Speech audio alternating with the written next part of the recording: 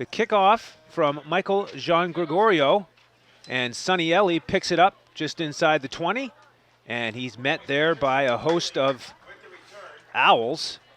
He's brought down at about the 23-yard line. That's where Bedford will have its first possession. Bit of an interesting kick by Jean Gregorio, a high kick, not a deep kick at all, and Ellie really had to get after it. Of course, that's a free ball right there. If he doesn't get after it, you never know. Timberlane picks it up, and they got a real short field in front of them. Sophomore quarterback Joseph Michael in the shotgun formation, as we usually see him, starting out with 2 in the backfield, 3 wide receivers. It's Axton and Sanchez in the backfield with him. He takes the shotgun snap, hands it off to Axton, running up the middle, and he's stopped for a short gain of about 2. Ran right into the pile right there, and the tackle made right off the bat by Nicholas Matthews, 6'4", 255-pound interior lineman for Timberlane, and Bedford right back after it with 2nd and 8. 4 wide receivers now as Sanchez has split out to the left, along with Green, Zwickau, and Scaling. Now Axton alone in the backfield with Michael. He surveys the defense and takes the snap on 2nd and 8. Now pitches it left to Axton. Tries to get to the edge. He does. Turns upfield. He's got a first down, and he's brought out just past the 45-yard line. Nice pickup there on 2nd and 8. Axton did a really nice job of hitting the corner right there, and he had one man to beat. He had Caleb Vlack, a 5'7" cornerback, to beat. If Vlack doesn't get to him, Axton's still running, and the Bulldogs would be on the board leading 6-0. Well, Bedford has moved the chains here. 5 yards shy of midfield. And it's a play action this time. Pass over the middle, caught by Zwickau. He's in Timberlane territory inside the 35, and he's finally brought down at about the 33-yard line. Nice job there by Zwickau to get a little bit of space right there. Use that big body, 6'2", 195 pounds. And that one, a design play. Michael looking right after him and got him in man coverage. Very easy to get that big gain for the Bulldogs. Yeah, nice throw over the middle. Good way to get the night started in the passing game for Michael. Now 1st and 10 officially on the Timberlane 34-yard line. 2 in the backfield again. Michael gives it to Axton, and he's going to pick up about 8 over the left guard. Axton is not a huge body, listed at 5'9", 175, but really using that offensive line and running behind Torrey Helton to get him some yardage there over on the left side, 7 yards, and now it's a 2nd and short for Bedford. 10:20 left here in the first quarter of a scoreless game. Bedford looking to start here on a positive note. Sanchez goes in motion to the right, the near side. And Michael's pass over the middle is complete to Scaling. And he's got another first down. He's wrapped up at about the 17-yard line. Bedford thus far is doing a really nice job of setting up the pass by establishing the run. Timberlane has to respect Axton with the run, and that's really opening up Michael's passing game so far. Really nice balance of rushing and passing so far. Michael building his confidence back up, 2 for 2 so far. Now inside of 10 minutes here in the opening quarter. Ball spotted at the 17-yard line. Michael in the shotgun, high snap, he gets it. And it's a short pickup off the right guard, Axton with another carry. Nice job there by Michael on that high snap. Oftentimes when you're doing that quick inside handoff, that high snap can really disrupt the timing. You can have a fumble there. Michael caught that high snap, got it back down quickly, and they really didn't miss a beat on it. Bedford continuing to go no huddle here, keeping the same skill position players on the field. 2nd and 6 now at the 13. Michael pitches left to Axton. He's got the edge, fighting for the end zone, and he's in for the touchdown. Michael Axton, 13-yard touchdown run, puts Bedford up 6-0 with 9:08 to play here in the first quarter. And for Bedford, that's the first time in about 3 weeks that a Bulldog has found pay dirt. So nice to have it happen on that first drive. And Michael to Michael on that pitch. And the Bulldogs trying for 7 right now off the foot of Ryan Bobotis. Ethan Van Heerden in to hold for Bobotis. Here's the snap. It's a good hold. Kick is up and through, so Bedford makes it 7-0 here. And Lauren, you're right. In the last 2 weeks, Bedford has marched down the field very well on their first drive, but 2 weeks ago, they ended with a turnover, and last week they got stuffed on 4th and short at the goal line, and those were huge turning points in those games. You never know how the game may have played out differently if they had scored on those 2 possessions. Instead, they don't. They lose those games. But tonight, they punch it in on their first opportunity. And they did a nice job of using Axton, getting space around the left side. And you mentioned it off air before, talking about the left side of the offensive line for Bedford. They have some big guys over there. Torrey Helton listed at 6'4", 314 or 315. Zach Barnard at 5'11", 235. So there are some big bodies on the offensive line. And you're really looking at the tail of the tape. You kind of feel like that's going to be the story of the game. The horses on the offensive line for Bedford creating space and making it really difficult for Timberlane to have any kind of opportunity to stop them and hold them at the line. Here's the kickoff from Babotis. It's fielded at the 12-yard line by John Kayal, and he's brought down at about the 25-yard line. That was John Kayal on the return. So Timberlane takes over and will start their first drive Correction, that was Ethan just Stewart outside the on return. 25-yard line. Tackled by Dylan Gumbani. Ethan Stewart on the return. We were just corrected as well. And we will be going with these Timberlane players on the fly. Don't have a starting lineup, don't have a whole lot of information on these guys. And their quarterback, from all appearances, the senior Jared Morrison, 6 foot, 150 pounds. He's right under center. He's got 3 wide receivers and 1 in the backfield, and he pitches it left, and that run is going to be stopped short just past the line of scrimmage. That was Ian Wilson. That was on the Ian carry. Wilson, a senior running back. Tackled by Ball Derek actually officially spotted just shy of the 27. Gain of 1 on the play makes it 2nd and 9. 2nd and 9 now. 8.5 to play here in the first quarter. Bedford out to a 7-0 lead. And Jared Morrison under center here on 2nd and 9. And it's another handoff straight up the middle. Nothing doing. Bedford's defensive front strong so far against the run. They spotted that one with a gain of about 2, but I'd be shocked if it was that. Really what Timberlane's trying to do is use misdirection and men in motion to get more yards out of a play, but Bedford is not falling for it. It appears, at least from the first couple plays, the advantage that the Bulldogs have as far as speed goes will make it so that Timberlane's just going to have to try to find a way to bust some big plays. They're not going to be able to get it 3 yards in a cloud of dust. That's right, because it's 3rd and 7, so 3 won't do it. Morrison is under pressure, and he's taken down by Helton. We do have a flag on the play. Yeah, and that's going to be 15 for roughing the quarterback. It was a little bit of an extra finish. Helton with the left arm, almost a wrestling move to get him down. And my guess is it's going to be 15 yards on the penalty back the other way, and that'll give Timberlane a first down. A very nice play. The pocket really just collapsed right in on Morrison. You're right. Helton must have got his arm up on the face mask of Jared Morrison. That was the call, 15-yard personal foul, face mask. And unfortunate there because certainly didn't need the face mask. He had him wrapped up. I think it was inadvertent, but 15 yards is the call. So Timberlane will have first down and 10 at their own 40. Add a little bit of excitement and suspense here in the early going. Bulldogs on top 7-0. About 7:20 left in the first. Jared Morrison hands it off to Wilson, and he's brought down for a loss. He tried to run off the left tackle, and there was nowhere to run. The offensive line was showing a run to the right. He ran to the left, and Bedford didn't buy anything that Timberlane was showing and ultimately lost a yard. They actually spotted a little bit closer to the line of scrimmage, but nevertheless, 2nd and 11. And an update for you, too. Nashua North leading Merrimack 17-7. That one in the first quarter. Thank you to our producer, Harry Kozlowski, for keeping us apprised of what is going on. So 2nd and 11 now for Timberlane. They're set up in the I formation with 2 wide receivers on the far side. Morrison pitches it to the tailback. And once again, he's brought down right at the line of scrimmage.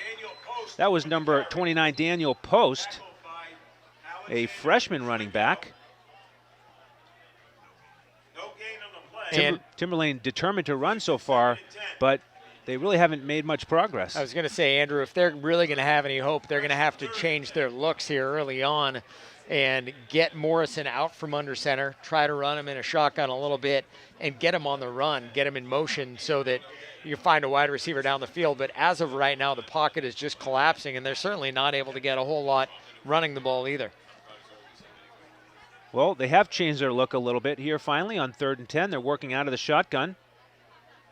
There's a man in motion. Now Morrison takes the shotgun snap, drops back. He passes it over the middle, and it falls incomplete. That was a dangerous trajectory there. Jack Jones came up along with Kambani. They both had a chance at the interception, but instead it falls to the turf, incomplete. And I hate to say it, we might have just seen the reason that Morrison hasn't been throwing a whole lot. Not a whole lot of zip on that ball, a lot of air underneath the ball, and somewhat of an unorthodox throwing motion.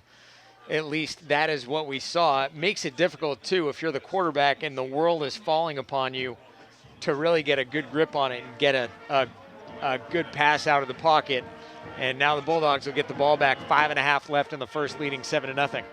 Jake Weir into punt. He's standing at his own 25. It's a high, short kick towards the near side. It lands at Bedford's 45-yard line. Now rolling towards the 40. And that's where the play will be blown dead. Bedford will take over for their second possession at their own 40. 19-yard punt, give or take, from Jake Weir. And when you're Bedford and the ball goes straight up like that and your guys are downfield protecting, the biggest concern that you have is that the ball is just going to bang into somebody's leg and going to lose the ball on possession. But the Bulldogs wind up getting it after that 20-yard punt. And this is a short-ish field, 60 yards from the end zone for the Bulldogs, 5:21 left in the first. Joseph Michael out to try to lead this Bulldogs crew into the end zone for the second consecutive possession. There's a lateral, a backwards pass to Sanchez, and he makes the play running left, but brought down right at the line of scrimmage. That was a play that I don't know that it was designed to get a whole lot of yards. It's more designed to give a different look. Not even for this game necessarily, potentially for future weeks, somebody's watching game film and sees that as a throwaway or sees Sanchez coming out and feels like they have to pay attention to him, and the play might be the other way. So you don't necessarily make a play for this game, it may be for another. Play action here on 2nd down, and there's a pass completed to Green, and he's tackled near midfield. It's going to depend on the spot for that 2nd down completion. Looks like he's going to be just short. It'll be 3rd and 1. Great catch made there by Tim Green. A lot of zip on that ball from Michael. And Tim Green down on the field for senior night as well with his parents, Jack and MJ, and his brother Sean, who's a freshman quarterback. Very athletic, great family, and have had the pleasure to coach some of them as well as the years have gone by. 3rd and short. The handoff is to Axton. He runs up the middle and gets just enough. He gained 1 yard, got Bedford just past midfield, and they'll have 1st and 10 at Timberlane's 49-yard line. 4 minutes to play here in the opening quarter. Bedford leading 7-0 here on senior night. Joseph Michael working out of the shotgun. 3 receivers on the near side. He drops back to pass. Intended for Zwickau. This one's almost intercepted. Caleb Vlack got his hand on it. He stepped in front of Zwickau, and knocked that one away. Nice job there by Michael Axton picking up the brush. And Michael had done a play action to Axton. Axton did a great job of picking it up, giving him a little bit of extra time. Unfortunately, he threw into 2 men, made it a little bit more difficult. But again, good zip on that ball. Michael is looking sharp so far. That was his first incompletion of the night. He's in the shotgun again. Timberlane jumped but got back onside. Now it's a handoff to Axton running right. He picks up about 5. That'll bring up 3rd and 5. And it makes it difficult for Timberlane when seemingly every time Bedford runs the ball, it's 4 or 5 yards. And that's even coming off a 1st and 10 where Bedford had the incompletion. So now you have a very makeable 3rd and 5 from Timberlane's 44. The Bulldogs already on top here, 7-0, about 3:20 left in the first. We've got another play action. Michael finds Sanchez out in the left flat, but he's tackled for a loss back to the 48-yard line. So all of a sudden, it's 4th and long. Very nice open field tackle. That was a check down from Michael. He had a few options. The options weren't there. He elected to go to Sanchez over on the far side, and Sanchez had just drifted back with Michael, and by the time the play developed over to him, not a whole lot of opportunity to get back to the line of scrimmage, and a negative play, and the Bulldogs will now punt, and Jack Jones will be back to punt for Bedford. Timberlane with 2 back to receive. Sanchez not easy to tackle in the open field. That was a nice job by Timberlane. Jones has a little bit of a wobbly kick, and it flies out of bounds on the far side. The officials are conferring now with the location, and it looks like they're going to spot it at the 25-yard line. Well, Bedford's winning the field position battle so far, in addition to leading 7-0 on the scoreboard.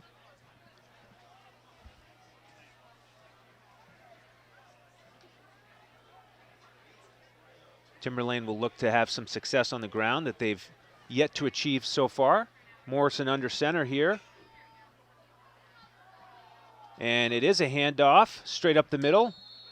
Once again, nothing doing.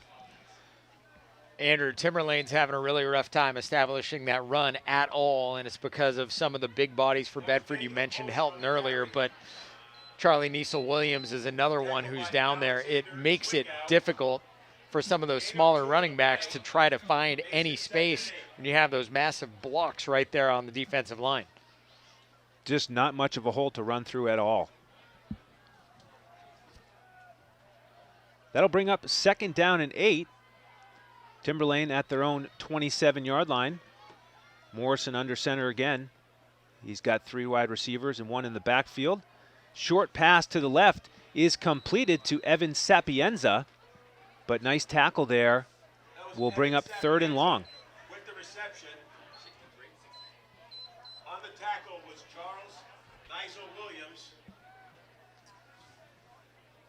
A little bit of a slant right there, just trying to get the ball out of his hands as quickly as he could, and it was a really nice catch made by Sapienza, catching it right off his shoe tops, but unfortunately for the Timberlane Owls, couldn't get a whole lot out of it. Now it's 3rd down and 6 for them. The Bulldogs leading 7-0, about 11 minutes into the first quarter. Timberlane at their own 29-yard line for this 3rd and 6. Morrison drops back, lofts it over the middle, once again too high. That one was intended for Robert Olson, so that'll bring up 4th and 6 for the Owls. It's interesting on that one, too. Olson had space. He had created space, and he's not a small guy. He's 6'2", 187 pounds. So he's a nice target for Morrison right there. Morrison just kind of fluttered it right by him, and Olson couldn't get up quite high enough to get it. But if he comes down with it, he's got a 1st down. It's just a matter of those two finding a connection. And for Bedford, they're going to get the ball back again. We are back to punt for Timberlane. And Sonny Ellie set to receive for Bedford. He's standing at his own 48-yard line. Here comes the punt from Weir. And Ellie's going to let it drop. It was high and short again.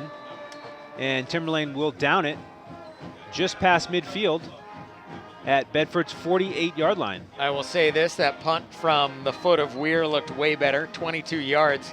Not a whole lot different on the net than the previous one. That one was 20, but that one certainly prettier than the previous one we saw. Yes, at least it went straight and high, which prevented Sanchez, or check that, Ellie from getting a return. So 49 seconds to play here in the opening quarter. Bedford leading 7-0. There's a handoff to Sanchez running left. He's got a hole. He's got a 1st down, but he fumbles. Ball is on the turf. Both teams are fighting for it. We've yet to receive a signal from the officials. Bedford does retain possession and gets a 1st down. So risky business there, but Bedford gets away with it. Sanchez running with it, and it just ultimately kind of slipped out like a bar of soap, and it looked like it went right into the hands of Ethan Stewart. He couldn't hang on to it either, and Sanchez recovered his own fumble, got that gain, and the Bulldog first down. About half a minute left in the first. Bedford on top, 7-0. Michael hands it to Axton, running off the left guard, and he's got a short pickup before being wrapped up. Just under 15 seconds now with the clock running. That may be the last play of the first quarter. I would have bet that would have been the last play of the first quarter, but from all appearances, Coach Matthews is going to try to get one more off, but who knows? They're all staring to the sidelines, and yep, that's going to do it for the first. Well, Bedford off to a strong start. That's the start they were looking for. Scoring on their first possession, a 13-yard touchdown run from Mike Axton. He scored with 9:08 to play. We've had some punting since then. In addition to Bedford's first scoring drive, the other story of the game so far is Bedford's run defense. They have been stout up front. Timberlane determined to get something going on the ground, but they've been unable to do so. It has been for Timberlane, I guess the early story of the game is trying to figure out what part of their offense is actually going to work. And with all due respect to them, running the ball into the Bedford line where they're outmanned as far as size goes might not be a winning approach. If you can get Morrison to connect with some of his wide receivers and find those guys downfield after they've created a little bit of separation, that's going to be where Timberlane is really going to make a little bit of money. So right now they haven't done a whole lot, but the Bulldogs find themselves here with the ball on offense and a chance knocking on the door. So 2nd and 8 here to start the second quarter. There's a short pass to Sanchez. He's got it. He makes a cut. He's going to go the distance. 42-yard touchdown pass on the first play of the second quarter. It's Solomon Sanchez putting Bedford up 13-0. When I said they were knocking on the door, I didn't mean they were going to score the next play. The 42-yard play from Solomon Sanchez. Nice downfield blocking by the wide receivers, too. Tim Green over here on the near side doing a great job neutralizing one of the defensive backs and allowing Sanchez to get into the end zone. Ryan Rabotis in for his second extra point attempt. The hold is down, kick is up, and it's just inside the left upright. So Bedford leading 14-0 with 11:50 to play here in the first half.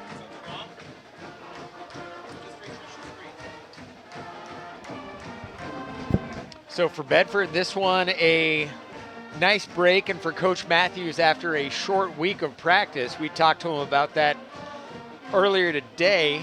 Yeah, that was today. It's been a long day. We talked to him earlier today about that, and with that short week, it makes things a little bit challenging for them to try to get everything done, get everything in sync, but they certainly look like their offense is in sync now, and if you're Coach Matthews, really what you're trying to do now is learn as much as you can, get everybody's confidence back up, so the next week when you head into Pinkerton, come out of it with a win and go into the playoffs strong. The regular season, when you get to that point, doesn't matter nearly as much. The playoffs are really the time that the Bulldogs, they're defending state champions. That's what they're looking for.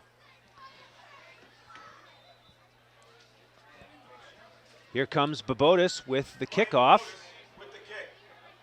And it's fielded just outside the 10-yard line by Ethan Stewart. He's got the edge on the near side. He's out to the 40, up at midfield, and Babotis knocks him out. You love that tackling from your kicker. And the Bulldogs are showing their appreciation for Babotis. So if you're Bedford, you're looking at that one of two ways. Boy, the kick defense didn't do a great job of stopping anybody. Fair enough. But your kicker just laid the lumber on somebody at midfield, and that's what the Bulldogs are really looking at, that, hey, here's a guy who absolutely sold out for his teammates, and that was what made the sideline go crazy there. That's about the only way a team can actually gain some momentum from giving up a long kick return like that, is that huge tackle from the kicker. So Timberlane takes over at Bedford's 48-yard line. Morrison in the shotgun for Timberlane. He drops back to pass. And is that an interception, Lauren? Yep. Sonny Ellie picked that one up just before it hit the turf. And Bedford has a turnover here with 11:38 to play in the first half. And Morrison on that one, it was just a short arm, very telegraphed throw right to the middle of the field. And Sonny Ellie picked it clean right before it hit the turf. And now the Bulldogs will have a chance to increase this 14-0 lead. 11:38 left here in the first half. Ellie was one of the many Bulldogs inspired by that Bobotis tackle, and he turned it into an interception. Now we've got trouble in the backfield. Scaling bobbles the handoff, but he's able to recover. But that's going to be a loss on the reverse, a loss of about 3 on 1st and 10. Scaling bobbled the handoff. It hit the turf. He picked it up, hit the B button a couple times, spun around, wound up losing 3. But at the end of the day, that's like you're at the blackjack table, you lose, and you get up, you still have some money. That's a push. Yep. Recovering that is a push.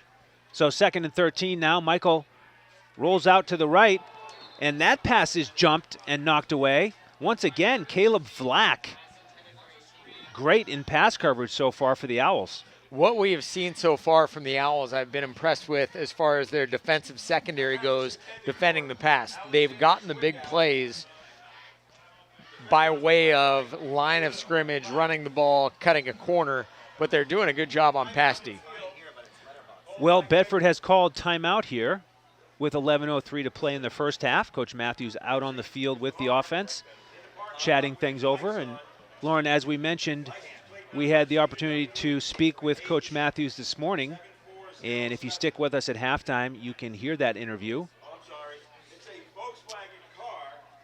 He gave us some insight into his strategy last week down in Salem, against Salem on 4th down. And he talked a little bit about the short week of practice and getting ready for tonight's action. It is always a challenge if you're a coach to have something that disrupts the routine. And if it's baseball, it could be a rainout where all of a sudden your pitchers are off kilter. If it's football, it could be a day fewer, too many days. Like, there are many things can do it. He has a real level head, and you'll hear that at halftime as well. 3rd and 13 now. Michael is rushed out of the pocket, and he just tucks it under and runs out of bounds here on the near side. So Bedford will be in 4th and long here as the punt unit comes out. And sometimes the best throws are the throws you don't make. Michael heard the footsteps behind him and probably peripherally saw somebody coming after him. If he cocks that ball back to throw it, he's losing it, and it could potentially be a strip sack back the other way. So Michael Smart tucked it under, cut his losses, and the Bulldogs will live to fight another day. He went out at the 44-yard line, so 4th and 11 here. Bedford going to punt. Jack Jones standing at the Bedford 30-yard line. That's a nice punt, and it is fielded a fair catch there by Daniel Post. So Timberlane will take over at their own 29-yard line. It's impressive. Was it the 29 or 21 that they're taking over at? 24, you're right. Okay. So if they're at the 24, that was a 30-yard punt by Jones. Net of 30. Nice job. Solid, well done. Looking around some of the other scores we're getting, Central leading Concord 7-0 in the first. Nashua North over Merrimack 24-7. That's in the second. And Exeter and Portsmouth Oyster River are scoreless in the first quarter of play. Morrison under center. He fakes the handoff. Gets it to Farmer running left. And Lauren, your reaction was all the listeners needed. That was just visceral. Farmer had nowhere to go and turned and looked up, and all of a sudden, really there was nowhere to go. And got tackled, lost 6, hit hard. Timberlane trying to mix it up there with their rushing attack, sending Farmer in reverse there after being split out to the near side. But as you mentioned, a loss of 6, so 2nd and 16 now for Timberlane at their own 18-yard line. Morrison fakes the handoff. Short pass to the near side is caught by Farmer. And he's brought down right about the 20-yard line. Tackle made by Tyler Spires. So that'll bring up 3rd down and 14. Bedford doing a great job so far on defense, setting up 3rd and long. They've done a great job stifling Timberlane so far, and the scoreboard shows that they're on top 14-0. 9:25 left to play here in the first half. Morrison in the shotgun, flanked by 2 running backs. He's got 2 wide receivers on the far side. He rolls out to his left. Now his pass over the middle is caught right at the sticks. That's Olsen. And depending on the spot, I think he will have the first down. Morrison might have found his mojo on that one. Nice pass right to the middle of the field and found his guy Olsen. And that really seems to be the biggest opportunity for Timberlane, is that connection between those two. Olsen is tall enough that you can kind of just heave it up to him and let him go get it, but it's got to be in his vicinity in order to have a shot. So the big conversion on 3rd down for Timberlane sets up a 1st and 10 at their own 34. Morrison gives it to Wilson running left, but once again, Bedford's front 4 is up to the task. That was Ian Wilson. Yeah, not a whole lot of room for Wilson to go, and Jack Rogan. running into the line, I think if you were to look back at this game, at the end of the game, ultimately you'll realize that running between the tackles, if you're Timberlane, nets you nothing. Like, unless you're doing it to set something else up, you might as well just give up the ghost on that one. Yeah, you're right. Certainly seems like they should look to Olsen a little bit more here out of play action, but it's 2nd and 8. 2 men in the backfield. Morrison drops back to pass. He's dealing with a rush, and he's taken down for a sack. The pocket collapsed quickly on Morrison, and he really had no time to attempt to pass downfield. He had a chance. He was looking. That was what the play was designed for, but you're absolutely right. Loss of 4 yards on the play. Everything just fell in on him very quickly, and he didn't really have a whole lot of places to go and lost a few yards. 3rd and 12 now. And the Bulldogs leading 14-0, 7:20 left here in the first half. Timberlane looking to open it up here on 3rd and long as they start in the shotgun with 4 wide receivers. And we've got a flag. Looked like the receivers on the near side jumped early for Timberlane. It's funny. I saw it. You saw it. Kenny Grassett, who's running the scoreboard to my left, saw it. We all kind of knew it, and the officials saw it too. And here we go. They're moving back 5 yards, something that you can ill afford to do when yards are not easy to come by for the Owls. So a bit of a confusion there with the officials. They gave the encroachment signal, but they've now corrected it to false start. So the 5-yard penalty did go against Timberlane. And it'll be 3rd and 17 from Timberlane's 28. Just under 7 minutes to go here in the first half. Timberlane sticks with the 4 wide receiver set. Morrison in the shotgun. He's got pressure. It's a screen pass running left. He's connected to Wilson, but the short pickup will not be enough. That'll bring up 4th down and about 8. Got him 8 or 9 yards out of it. A nice play, a dangerous one. He heaved it up. There were about 4 Bulldogs surrounding Wilson, and he managed to come down with it and come up for air. But ultimately, the officials say he got 7. The Bulldogs will get the ball back, and will try to go into halftime with another touchdown or 2 more to add to their 14-point lead. It'll be Jake Weir in to punt again for the Owls. He's standing at his own 21. Sonny Ellie back to receive at Bedford's 39. This is a better punt from Weir. Ellie has to move back, and it actually flies over his head. Now bouncing and rolling slowly in Timberlane's favor. It'll come to a rest at Bedford's 27-yard line. Wow, so 38 yards on the net on that one for Weir. I feel like it's like a classic rock throwback concert. We have Morrison, who every time I say his name, I think of Jim Morrison. You have Weir, so every time I think of him, I think of Bob Weir, the Grateful Dead. So, like, all these guys are all I feel like I'm listening to the classics, man. Every time I hear his name, I think of the left-handed golfer Mike Weir. How could you not? Masters champion. 1st and 10 for Bedford at their own 27. Michael hands it off to Sanchez, and he breaks it up the middle for a first down. Nice run out to the 40-yard line. Sanchez got 13 on that one, just a little inside handoff. Nothing fancy there at all, but again, the big bodies that the Bulldogs have on that offensive line in the trenches. We talked about it early in the game, but that's really where the difference is going to be made in this one. And Sanchez's elusiveness there on that run is what we've seen from him typically. That's what made it so impressive there in the first quarter when Timberlane tackled him in the open field. 1st and 10. Bedford pitches it out left to Axton, running on the near side. We've got a flag. Axton brought down just past the 45-yard line, but we expect that one to go against Bedford. I was going to say, I think that one is a hold on Alexander Zwickau.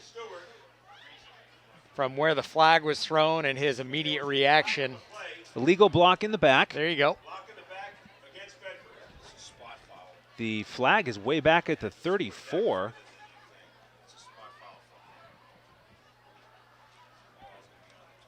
So the officials will mark off the penalty from there, and that'll push Bedford all the way back to their 24-yard line. It is 10 from where the foul occurred, so that one is that's like the wild draw 4 if you're playing Uno. That's about as bad as it gets. Depending on what side you're on. Yes. So that was a net loss of 16 on that penalty. 1st and 26. Michael drops back to pass. He finds Scaling in the right flat. He gets by one tackler. He's on the edge and out of bounds after a nice pickup. He got that penalty yardage back. Yeah, that was impressive. Scaling is showing some great elusiveness there. If you can get Scaling in the open field, or if you can get him with one guy and no safety help, good luck to you if you're the cornerback trying to contain him. So official yardage there on that reception, 11 yards. Gets Bedford out to the 37. They'll need 13 to get to midfield and pick up a first down. Sanchez goes in motion. The handoff goes to Axton, trying to find room around the left edge of the line, but he can't get much, just one or two. And again, that's another play that you're doing to set something else up, because you do the little pitch to Axton, but Sanchez is coming over, and you can't leave Sanchez alone because he's been a big play weapon so far. So you have that. You run that enough times. Eventually, Sanchez gets the ball, but you have to respect him. He's going to draw somebody with him every time he does that. And we've seen that a lot this season. Coach Matthews has moved Sanchez all over the formation and sent him in motion in every which way and direction. So you certainly have to respect him. Michael drops back to pass on 3rd and 11. Long pass to Sanchez. It's complete. Inside the 30, inside the 20. Sanchez breaks a tackle. He breaks another one. He's going to score. The second touchdown reception of the game for Solomon Sanchez. A 61-yarder puts Bedford up 20-0. Big one for Sanchez right there. 61 yards, as you mentioned on it, but they had trips set up on the far side right there. It was a mismatch. Bedford had, that was the strong side. Timberlane didn't pick it up quite quickly enough, and Sanchez came to the middle of the field, and by the time he got that ball, he had beaten it in coverage, had a couple tackles to break, but that thing was academic once he caught it. Here comes Babotis to make the math 21-0. And he does so. Babotis 3 for 3 on the night. Bedford 3 touchdowns. They're up 21-0 here with 4:08 to play in the first half. Well, Sanchez really using his speed to an advantage here. We talked about him moving all over the formation, and you blink and all of a sudden he's 25 yards downfield with the ball coming towards him. Perfect pass from Michael, and Sanchez showing his athleticism, breaking all those tackles to get into the end zone. I mean, that's why having a player like him is really a lot of fun, because you use him and he's the focus. If you're the defensive coordinator, the focus is going to be on him. So you can now get other guys the ball, get other guys in the action. But without doing any really advanced math here, we can tell you that Sanchez has already eclipsed 100 yards in receiving in the first half just by virtue of the 2 touchdowns he's got that are over 100 by themselves. Here comes the kickoff from Babotis. He's going to squib it to the far side. It lands at the 31. That's a loose ball. Bedford got there first. That's Joseph Leary. Johnny on the spot. What a well-executed kick from Babotis, and Leary gets there first. I was going to say Johnny on the spot is Joseph Leary's dad, as a matter of fact, but that one a design play. You saw Babotis running off the field flexing. Yeah, they're trying to do an onside kick, but not a traditional onside kick. And now the Bulldogs leading at 21-0, 4:07 left in the first half, are really trying to expand on this lead, get it to 28 now by halftime. Michael starting in the shotgun at Timberlane's 29. Now he looks to the near side for some additional signals. He communicates to the line. Now he gets set for that shotgun snap. He drops back, passes left to Green. It's complete. Green fighting over the middle for yardage. He's right near the first down markers. And the indication is first down Bedford. Nice job by Tim Green to first make that catch, ball a little bit behind him, but then second, a little bit of athleticism to pick up a couple yards after the catch also. Can't wait to see the halftime stats. Poor Drew is working overtime on that. Well, I think he's probably smiling as he does so with all this positive yardage for Bedford. First and 10 now in the red zone at Timberlane's 17-yard line. It's a handoff to Sanchez running right.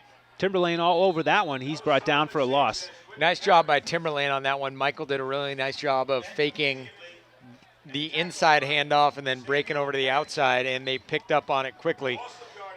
But now it'll be a 2nd and 14 for Bedford. They're setting up trips here on the near side. So when we've seen that before, we've seen the pass play, and Timberlane struggles when Bedford shifts everybody onto one side. 3 minutes to go here in the first half. Bedford plenty of time to score again. It is a pass to the left. That one's too high. Bit of a miscommunication there, it appears, between Michael and Sanchez. My guess, and it's hard to tell because we haven't been intimately involved with the team, but oftentimes when somebody misses by that amount, it's because somebody checked down at the line of scrimmage. There was a change at the line of scrimmage. Michael thought Sanchez was going somewhere. Sanchez thought that it was the original play as called, or vice versa. And as a result, the ball falls untouched, 3rd and 13. I am reading what I have been given. Acknowledge we know Timberlane is misspelled on our graphic. It cannot be corrected, and we are sorry. There's a pass to Scaling on the slant over the middle. He's caught it. That's another touchdown for Bedford. They're 3rd through the air. It's 27-0. We've seen that slant play from Scaling a lot this year, and Joseph hit him again. Great pass right on the money by Michael. Got him right in the numbers, and Scaling a couple steps, and he's in the end zone. And I guess the note about Timberlane being misspelled on the graphic, if you're listening to the game on the radio, you won't notice. 4th extra point of the night is up and good for Babotis. That makes it 28-0 Bedford with 2:49 to go here in the first half. I don't even know who that is. It's another guy who's not in the booth with us, did the graphics. He has been removed from his position. We'll explain it. Do we want to explain it at halftime? Some more scores for you. Central over Concord 7-0 in the first. Nashua South 14-0 over Dover in the first. Nashua North 31, Merrimack 7 at the half, and Exeter and Portsmouth Oyster River are scoreless in the first.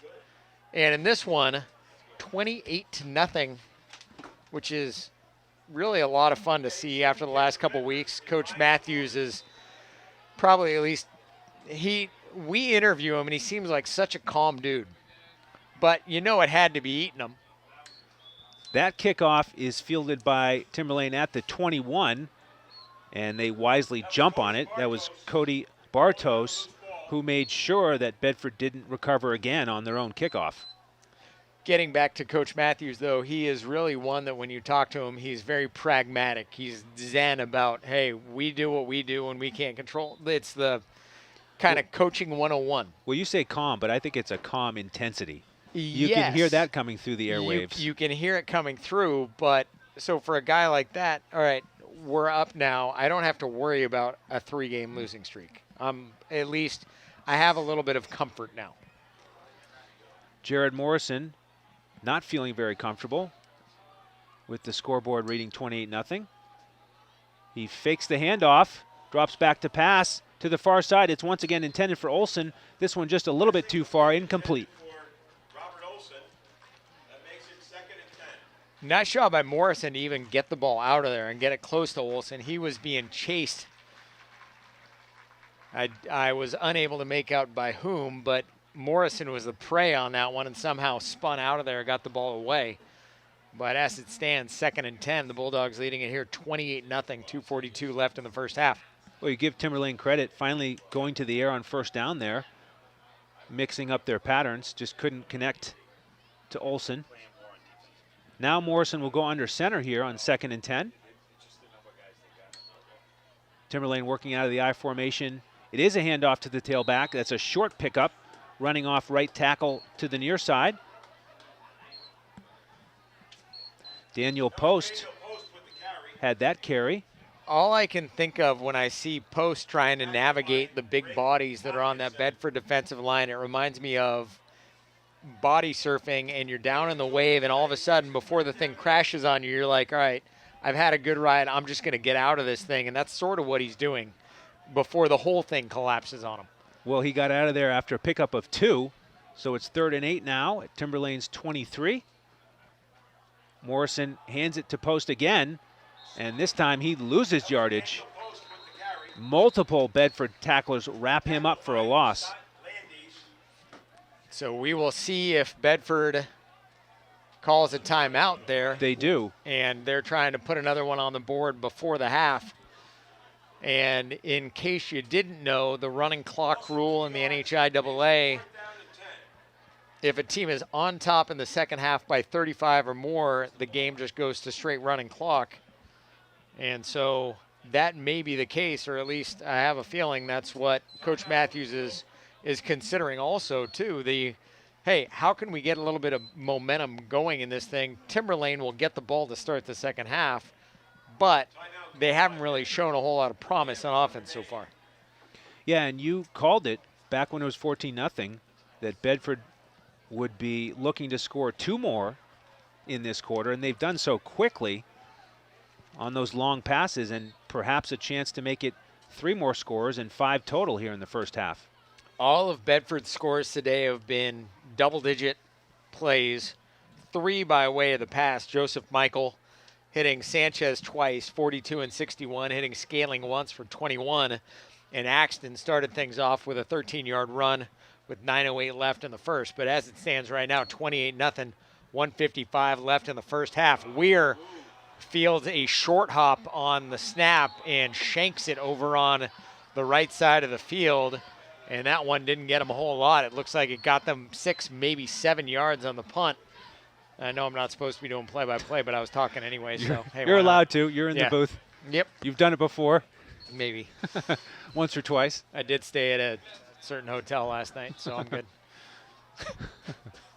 So Bedford. I can't say a name. We're on public access. Bedford takes over at the Timberlane 28. Michael drops back to pass. He's facing pressure. He gets it out to Sanchez, running over the middle, and it's a short completion. He runs out of bounds inside the 25. A lot of zip on that ball. Got him about 4 yards. 2nd and 6. Clock stops as the Bulldogs go out of bounds. And for Timberlane, as we had mentioned, they played their closest game of the year last week. They lost 17-14 to Windham. They have had a pair of 56-0 losses as well. So it has been a challenging season for the Owls so far. 2nd and 6, the challenge now. And they get a man into the backfield. And Michael has to scurry left, but he's wrapped up there for a loss of about 4. Nice job by Cooper Kelly, a sophomore linebacker, coming in on that blitz off the far side, or at least our far side, and chasing Michael out of the pocket. And then Michael got planted into the turf there. But the Bulldogs will face a 3rd and 11, about a minute and a half left here in the first half of a game they lead 28-0. Well, Coach Matthews calling a quick timeout there. I think he wanted to go out and chat about that blitz coverage. He doesn't want his quarterback facing a rusher coming in with no one there to block him. So a breakdown up front for Bedford, something we haven't seen much of tonight. Bedford has been solid in all three phases of the game. They have looked very good so far. The passing game has been electric for Bedford so far. The 3 touchdowns have totaled now, 82, 124 yards among those 3. So you have to figure, without really doing any math or having any stats, Michael's got to be over 200 at the half. So a great first half of football for him. And then looking at the running side too, Axton has had a good start to things, as has Sanchez. Axton in the backfield with Michael on 3rd and 11. He drops back to pass. Intended for Green on the near side. That's knocked away. Nice job by Ethan Stewart breaking that pass up. Nice job by Axton. Nicholas Matthews, a linebacker, came in trying to get after Michael. And Michael Axton did a great job of pass blocking on the near side, giving his quarterback a little bit of more time and saving his bacon also. Given the field position here on 4th and 11, Bedford is going to keep the offense on the field and go for it. They're at Timberlane's 29. So just out of field goal range. They're going to put their faith in Michael. Sanchez goes in motion, faked the handoff. Michael running left. He's going to be brought down well short of the first down. And that a varied look from what we have seen from Timberlane so far on that last set. They went away from dropping back in coverage and really not being as aggressive to now all of a sudden we're blitzing and we're giving different looks. Kudos to them for doing it. It may be too little too late, but now they get the ball back, 1:18 left here in the first on their own 28-yard line, but they're trailing at 28-0. Certainly something to build on there for Timberlane's defense. They've got a long way to go here with 1:18 to play in the first half. Jared Morrison under center for the Owls. He drops back to pass. He's rolling out of the pocket to the far side, and he'll run out of bounds right near the line of scrimmage. He kept rolling and rolling and rolling, couldn't find anybody. And we'll start second down right where we started first down. They say he got right, actually lost about a yard, so just one short of the line of scrimmage, but Timberlane also has their full complement of timeouts as well, so if they get anything going, they can start extending the clock a bit, but we will certainly see what happens there. 2nd and 11. Timberlane working out of the I formation. Morrison hands it to Wilson. Short pickup there. It's going to bring up 3rd down and long. And we just went under the 1 minute mark. Timberlane still trying to get something going. They trail Bedford here 28-0 as we near the end of the first half. Morrison under center again. Short pass to the near side. It's completed to Olsen. He's going to be short of the first down. That's going to bring up 4th and short. Clock running now down to 30 seconds. And that is a pass that if you get it to Olsen in stride, he's going to get some yardage on it. If you heave it up and he doesn't get it in stride, it takes that play longer to develop. And unfortunately for Timberlane, in spite of his 6'2" frame, he still winds up a yard short of the first down. Morrison went all the way to the far sideline to get the play call there. Now he's in the shotgun. There's only 5 seconds remaining. Clock still running. It's 4th and 1 at the 37. They get the play off in time. He drops back to pass, lobs it over midfield. That's intercepted. It's Tyler Spires, and he gets Bedford's 2nd interception of the first half to end the first half. A great start for Bedford, leading 28-0. 3 touchdown passes through the air, 1 on the ground. And stick with us here at halftime. It's going to be a 20-minute break, but that'll give you plenty of time to Tune in to the interview we had today with Coach Matthews. We'll have some band activity for the BCTV viewers. And we'll be back after that for second half action here on BCTV 23 and Bedford 105.1.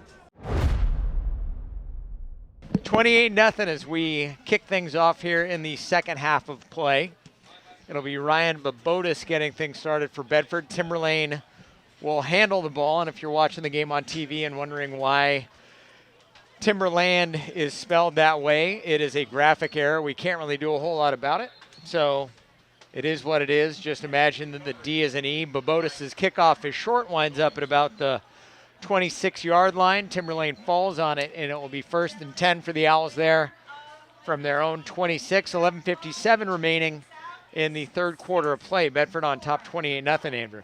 That was Cameron Noyes wrapping it up. If you missed the first half, Bedford recovered one of its kicks. So Timberlane making sure to grab that one before one of the Bulldogs could get it. Jared Morrison, the senior quarterback under center for Timberlane, takes the snap, hands off into the line. Not a whole lot of room for his running back to move there. And that one will yield a couple yards, but that's about it. If anything, looking at the scoreboard now, 2nd and 8 on that one. It's been tough sledding for Timberlane's running game tonight. They attempted 12 rushes in the first half for a net yardage of 1. So that makes it now 13 for 3 for Timberlane. They have trips on the near side. The big wide receiver, the threat, Robert Olson, is the one who is closest to us. Morrison under center.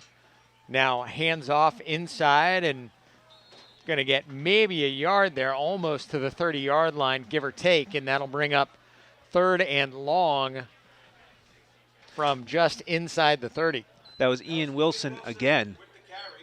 You know, he looks solid if he gets in the open field, but he just can't get any room to operate against these Bulldogs.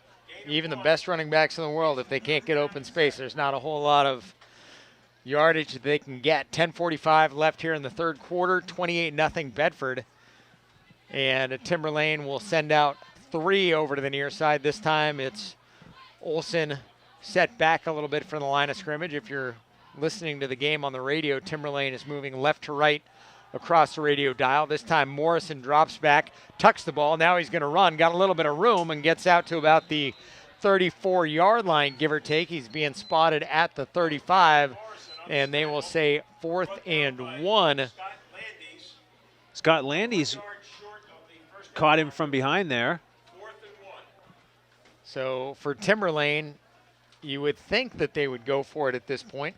Not a whole lot to lose. You're trailing by 4 scores.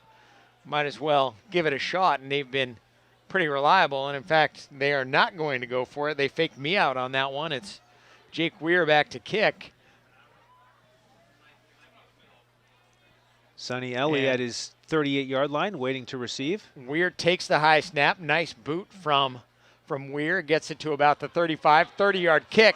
Ellie on the near side spins, takes it out to about the 47-yard line, but there's a foul back, or there's a flag back at the 36-yard line. Illegal block in the back, so that'll move it 10 yards further back, and the Bulldogs will start 1st and 10 from their own 26 after the officials get done announcing who was responsible for it. 30 yards on the punt by Jake Weir. And now that'll just lengthen the field a little bit for the Bulldogs, who lead it here 28-0. And in case you missed us talking about it earlier, if this one goes to 35, so if the lead is 35 or greater at any point, the game goes to a running clock with the exception of penalties and changes of possession. So now Joseph Michael back there from the 25 takes the snap and gets it over to the near side to Green. Green into the middle of the field, gets it to about the 30, and he will be brought down there by a host of Owls. Bedford's passing game picks up right where it left off in the first half. Michael completed 10 of 14 in the first half for 183 yards and 3 scores. Bedford put up 260 yards of total offense in the first half. Last week they only put up 250. So the offense is really chugging along here. So now Michael takes the shotgun snap, hands it inside to Solomon Sanchez, who gets it out to about the 32-yard line before he is brought down by a parliament of Owls. Sanchez was busy in the first half. He caught 4 passes for 99 yards and 2 scores, and he ran it 4 times for 23, so over 100 yards of total offense for him already. He was the instant offense in the first half. And now 2nd and 2 for Bedford. Or check that 3rd and 2 for the Bulldogs. Michael drops back, looks over to the far side to Scaling. Scaling gets to the corner, gets to the sideline, and gets out of bounds, but not before he gets that first down, gets about 4 yards on it. And that'll bring up 1st and 10 now for the Bulldogs from their own 38-yard line. 8:23 remaining here in the 3rd. That's Scaling's 4th catch tonight. The 3 in the first half netted Bedford 44 yards. And this, the 3rd week in a row, if not more, that Scaling's had 4. I can tell you that the 2 prior games he did. This time a pass over to the near side to Green. Nice job by Sanchez on the blocks. Green spins and gets it just to about midfield, to about the 49-yard line. 11 on that gain. The chains will move, and the Bulldogs have their offense going again. That's Green's 4th catch of the night. And we talked about that. You heard that in the interview at halftime with Coach Matthews. Joseph Michael does a great job of spreading it out to Scaling, Green, and Sanchez. That's how you make sure all your wide receivers are your good friends. Make sure you share the wealth a little bit. Michael gets the snap, inside a handoff to Axton. Axton crosses midfield, takes it to about the 43 of Timberlane. That'll get him about 8 yards, give or take.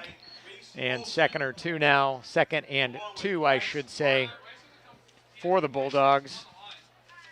Axton was the primary ball carrier for the Bulldogs in the first half. He had 10 totes for 59. Now over 60. Michael gets the snap, pitches to the right side to Axton. Axton, a little bit of room to run, gets out to about the 40. Looks like he may have a first down. The chains haven't started to move yet. But with about 7:15 left here in the 3rd, the Bulldogs have their 28-0 lead. And the officials signal it was a Bedford first down. So again, 1st and 10 from the Bulldogs from the Timberlane 40.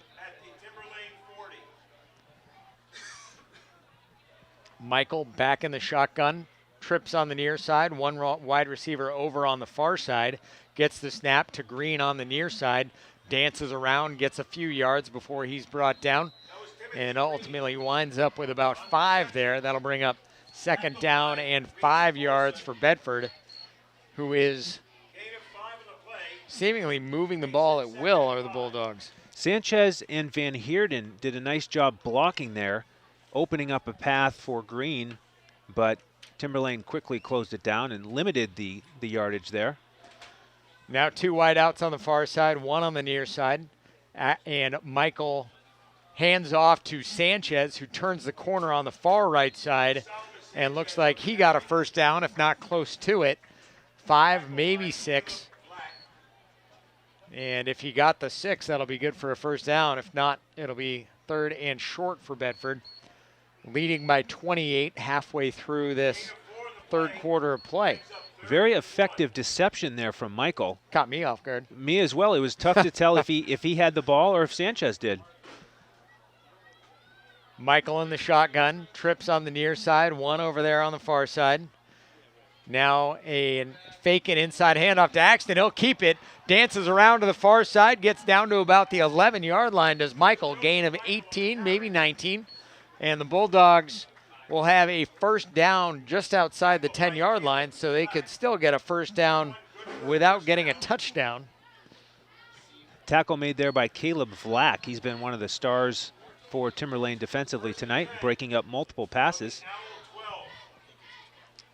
Now Sanchez in motion to the near side. Michael in the shotgun, gets the snap, pass over the middle to Green, who picks it up, attacked by about 4 Timberlane Owls at the 3-yard line. Green gets himself 9 yards out of that one. That'll bring up 2nd and about 1, maybe 2 for Bedford. And again, they can get the first down without getting the touchdown. They lead it 28-0, 5 minutes left here in the third.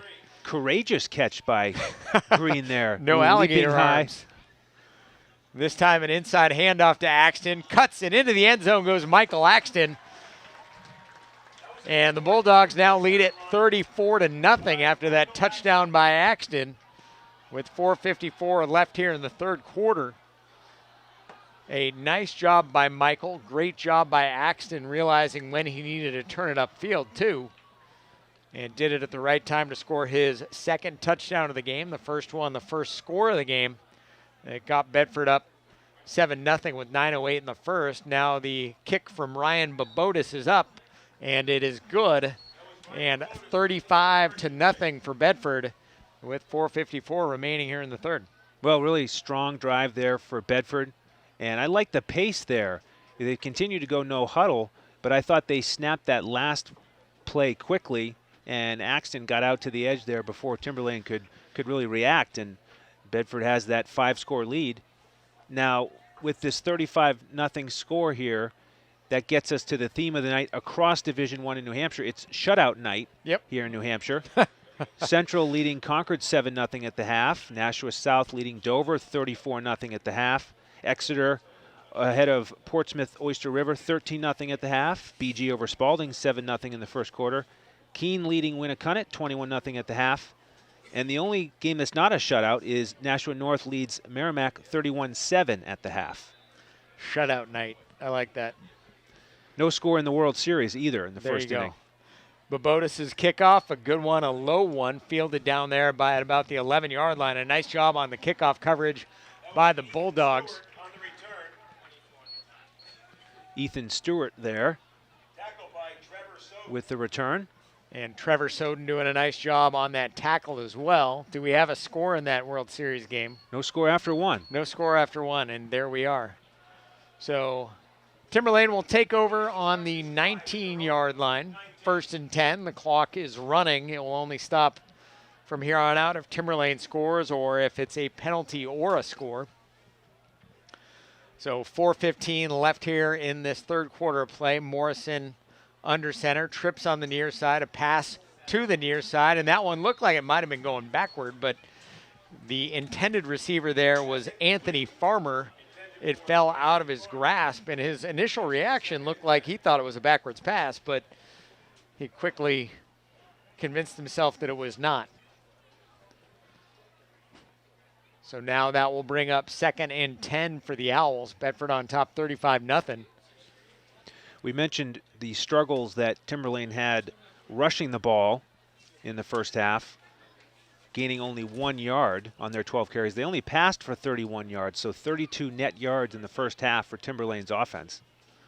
Now Morrison back in the shotgun, little inside handoff there to Post, and Post is wrapped up at about the 21-yard line. Got himself about 2 yards, did the freshman Daniel Post, and that'll bring up 3rd down and 8 as Jack Grogan makes the tackle and limits Post to just 2 yards, and the clock continues to tick on by. The Bulldogs leading by 5 touchdowns, 35-0, with a shade over 3 minutes left here in the third. I wonder how many screens Harry could have in front of him at any given time. The more the merrier here in the booth. We are watching the game on TV. He's got the World Series on his phone. He's running the radio station. The shotgun snap back to Morrison, a throw to the right side. That one is picked off there, trying to make out who it was. It's Spires again. Spires, his 2nd pickoff of the game. He takes it back to the 24-yard line, and it will be Bulldog ball with 2:25 left here in the third quarter. And Bedford trying to increase this 35-0 lead. A rough night for Morrison, just got rougher. That one is 3rd pick. That's right, Lauren. Sonny Ellie had the first pick of the game, and then Spires got his first pick on the last play of the first half, and he snagged another one there to give Bedford great field position. That pick at the end of the first half, that's if you're watching an NFL game, that's always the one that you think about will come up in contract negotiations. Like, oh yeah, I got 6 interceptions this year. 3 of them were on Hail Marys. Yeah, 3 of them really didn't matter, but sure, okay. And a penalty called on Bedford on that interception return, a block in the back. So they maintain possession. The clock stops when they move the ball back, but the Bulldogs will get things going from the Timberlane 33. Trips on the near side, one over there on the far side, one in the backfield as well. Michael passes to the near side to Green, dances around, gets down around the 30-yard line before he's swarmed upon. And Sean Green is at quarterback, so there you go. We got green to green. Green to green. Goes to show you, Coach Matthews listens to us. Yeah. We asked if we thought we would see any green to green connection. But that one a lot of fun on senior night, too, when the freshman younger brother gets to connect with the senior older brother. The only thing better now would be to see that go for a score. Yep.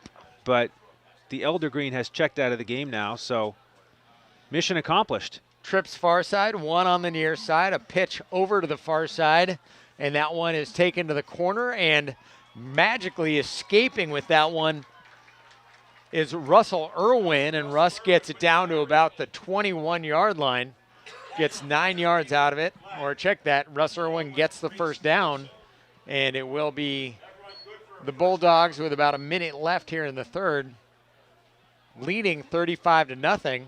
And the team has gotten quite a bit younger, as it were.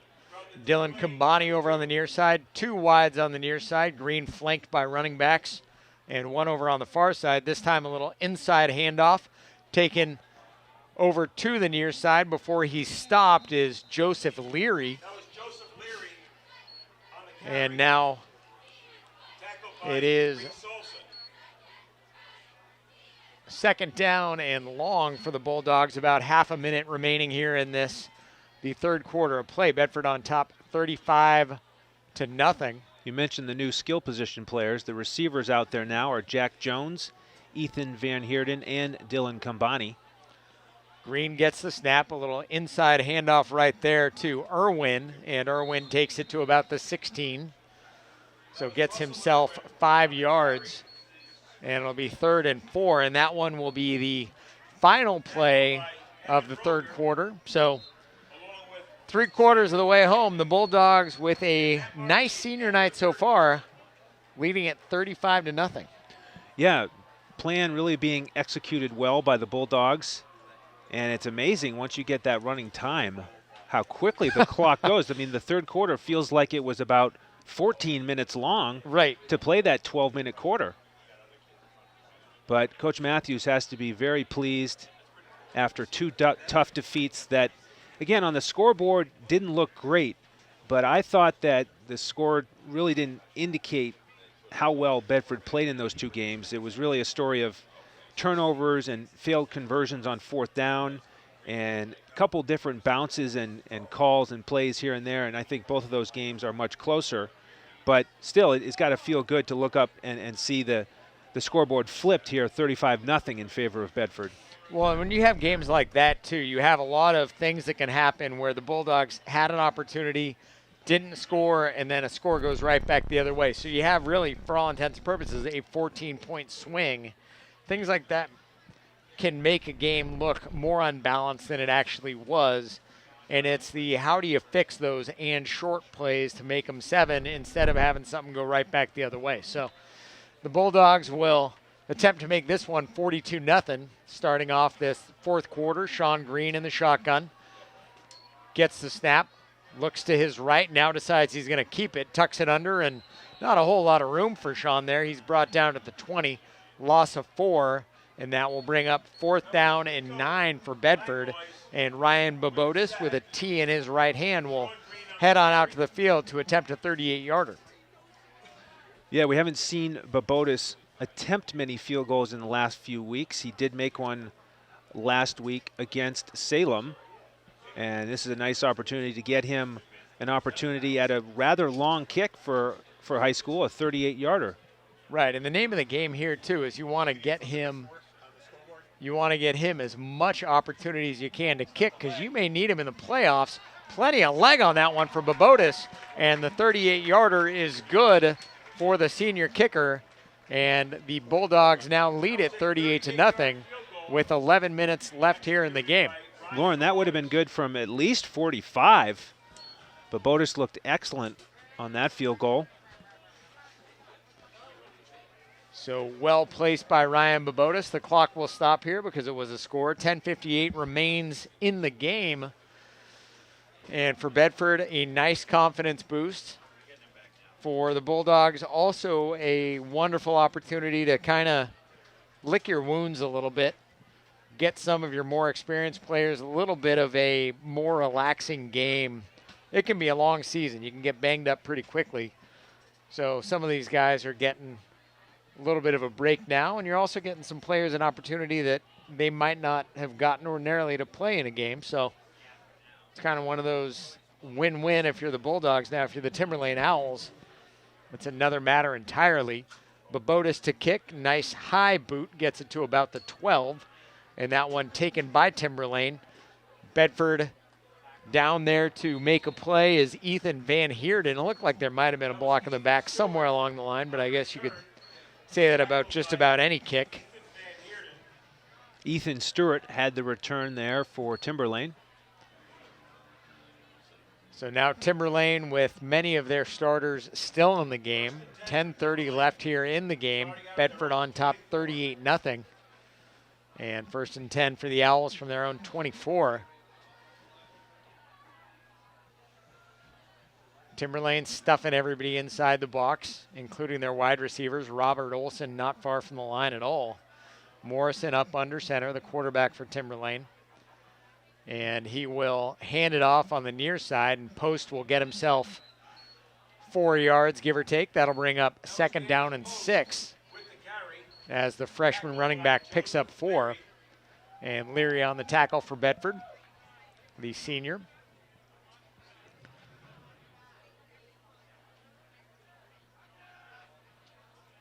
Now Timberlane showing us a little bit of a different look for them. One wide receiver either side, more of an I formation as well. Morrison under center. Little handoff to his running back Post, who gets back to the line of scrimmage. Maybe a yard he got. That'll bring up 3rd down and 5. Timberlane trying to pick up yards wherever they can. It has been a difficult night of offense for them. Adam Roy on the tackle. He's a senior as well. So we're seeing some names come into the game that have not seen as much game action or did not in the first half. And the Bulldogs lead at 38-0. Morrison in the shotgun, 3rd and 5 from his own 30-yard line. One wide on the far, one on the near side. This time a quick throw over to the far side, and that pass complete and tackled for a gain of about 1 is Anthony Farmer, the senior. And that will bring up 4th down for Timberlane from their own 32-yard line. And Spires on the tackle. Nice stat line for Tyler Spires today. A couple interceptions and a full complement of tackles as well. So now 4th and 3 for Timberlane, and it looks like they're going to go for it here. They have Farmer on the near side, Olson on the far side, and Morrison is under center. About 8 minutes left here in the ball game. Takes the snap, handoff to Post, and Post somehow squirms his way ahead to about the 36-yard line, gets himself a 1st down. And 8 minutes remain here in the ball game. Bedford 38, Timberlane nothing. The clock will continue to run. Leary picks up another tackle as well. Well, first downs have been hard to come by for Timberlane. They eke one out there on 4th down, but even Bedford's substitutes on defense holding up very well here. There is a lot of depth on this Bedford roster. Farmer, the wide receiver for Timberlane, split out on the near side. Olson, the wide receiver, on the far side. And the handoff to Post, he runs right into the line of scrimmage and does not get anything out of it, perhaps a loss. And that'll bring up 2nd and 10 or more with about 7:15 left here in the game. New quarterback into the ball game for Timberlane as well. That is Ethan Stewart. He's been busy returning kicks today. Now the sophomore gets an opportunity under center. Stewart under center, I formation for Timberlane, wide receiver either side. This time a pitch to the near side to the freshman post, trying to turn a corner his post, but he is brought down there by Colin Chandonet. Great pursuit by Colin on that one, and that'll bring up 3rd down and 9 or 10. So nice job by the sophomore Colin Chandonet, also a baseball player. And that'll bring up 3rd down and 7. You know a thing or two about the baseball program. Oh, yeah, I was going to say I coached him last year. He was the Sportsmanship Award winner for the freshman baseball team. How do you like that? I like that a lot. A little bit of hardware. 6 minutes left here in the ball game. 38-0, the Bulldogs on top. Movement all over the line, not called. And Stewart drops back to pass, and that pass is broken up by the senior Trevor Soden. Nice job. It was one of those things where the officials were just kind of like, yeah, we're all just going to let it go. It was obviously a missed snap count somewhere along the line. After that deflection from Soden, Aiden Wolfinger almost got the pick. Another senior in at cornerback. Fun to say some names that we haven't necessarily mentioned as much, particularly because it is senior night. Now the sophomore Stewart lined up in the shotgun, flanked by running backs, a tight end on the near side, 2 wide receivers over there on the far side. Stewart drops back to pass, looks, and that one is up. It's picked off over there on the near side. Looked like Tyler Spires with his 3rd interception, and he is tackled and brought down at about the 25-yard line. And it was Spires with a hat trick. And it looked like he got face masked as well. Harry Kozlowski's on it too. Well, how about that? We did not give Spires the broadcaster jinx. No. Talking about his 2 picks and strong defensive performance, he follows it up with his 3rd. Yeah, get that kid a game ball, man. And then Timberlane tries to turn him into a Pez dispenser, grabbing onto the face mask as they tackle him at about the 25. So that one of the only things that will stop the clock. And now for the Bulldogs, some other new faces into the ball game. Alwyn Lynn is at quarterback for Bedford. He's got trips over here on the near side, one on the far side, little inside handoff as it were. And Lynn will keep it actually and darts into the end zone around the corner. Did he get there? They say that he went out at about the 1. But that one's going to come back. A flag landing harmlessly in the backfield at the 12. So that one will be a hold, and it will be 1st down from the 22. So 1st and 17 from the 22. Well, you saw the big reaction on the Bedford bench. They thought Lynn had scored, and you could see the love from the Bulldogs there for their fellow senior in at quarterback here. So Lynn in at quarterback. A run-first quarterback, has Russell Irwin to his right, and Irwin does a nice job picking up the blitz. Lynn fakes a pass. Now Lynn will get down to about the 16, a gain of 4 for Alwyn Lynn.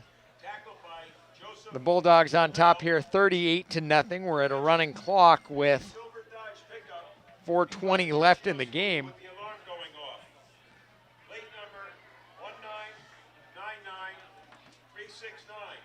And somebody's truck is in the parking lot with its alarm going off. That's never good form. Lynn with a little inside handoff to Russell Irwin, loses the ball, and we got to see who came up with it. And they say that Timberlane did come up with it, so Irwin fumbles. Possession changes. Clock continues to run, and Irwin not happy with the fact that he lost that ball. It was Bryce Parker who fell on it for the Owls. So now with 3:40 left in the game, Timberlane hustling to get on the field. Bedford on top 38-0. And it'll be 1st and 10 for Timberlane from their own 18-yard line. Well, still a shutout here, of course, but a couple other games across the state are no longer shutouts. Portsmouth Oyster River scored. Now Exeter leading 13-7 in the 3rd quarter. And Merrimack scored again, so it's 31-13 North. right here, 38-0, and Timberlane will hand the ball off, but that ball is lost. A messed up exchange between quarterback and running back, and Bedford falls on the ball, and it will be Bedford ball from the 18-yard line. And I guess if you want to blow through running clock as fast as you can, the best way to do it is possession changes. Just keep turning it over back and forth. I mean, this is the fastest quarter I've seen in my life. We are 12 minutes into the quarter, and we've played 9.5 minutes of clock time. That was Chandonette. He got some hardware in the spring, and he picked up the pigskin there, recovering the fumble for the Bulldogs. Alwyn Lynn hands the ball off inside. This time it's Joseph Leary moving over to the far side. Leary around the corner and into the end zone for a touchdown for the senior Joseph Leary here on senior night. And that makes it 44-0 Bedford. 2:18 left here in the game. Well, nice to get this second group of offensive players a touchdown. And Leary showed off his strong speed there, blitzing his way to the corner on the far side. Now it will be Babotis for the point after. Van Heerden on the hold. The snap is high. Nice job to get it down. The kick is up, and the kick is good. And that'll make it 45-0. A perfect night for Babotis. He's converted all 6 of his PATs, as well as a field goal. If you have him in your fantasy league, you're doing great. Yeah, best day of the season probably for Babotis, and really great confidence-wise to go 7 for 7 on kicks just 2 weeks away from the playoffs. And again, you talked about the field goal that he made from 38 that would have been good from 45. His extra points have been looking great as well. So Ryan Babotis rounding into form as the Bulldogs head into the playoffs, and Bedford will kick the ball off to Timberlane, leading this one 45-0. And at this point, all the game prep is out the window because we are deeper into the roster. Every play you're kind of looking down and trying to consult on both sides. Couple other scores here.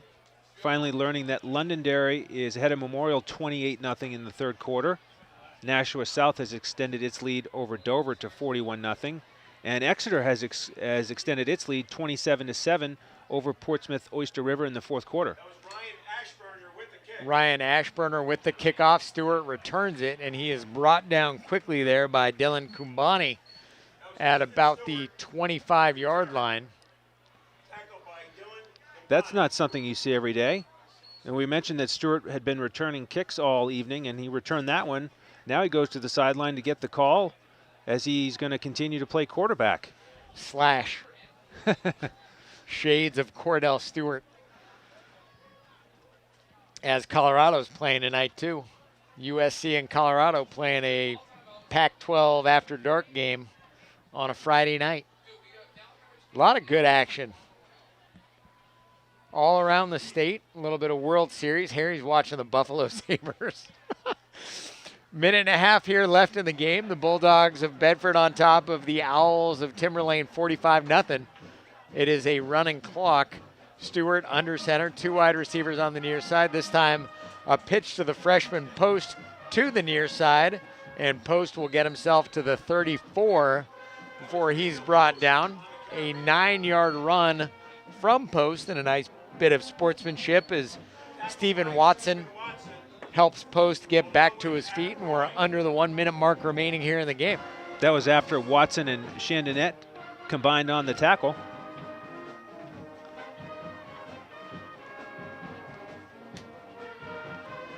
So 2nd and 1 here for Timberlane. 40 seconds left here in the game. I formation for the Owls, 2 split out on the far side. A pitch to Post, who tries for the far side. Not a whole lot of running room, and Post brought down.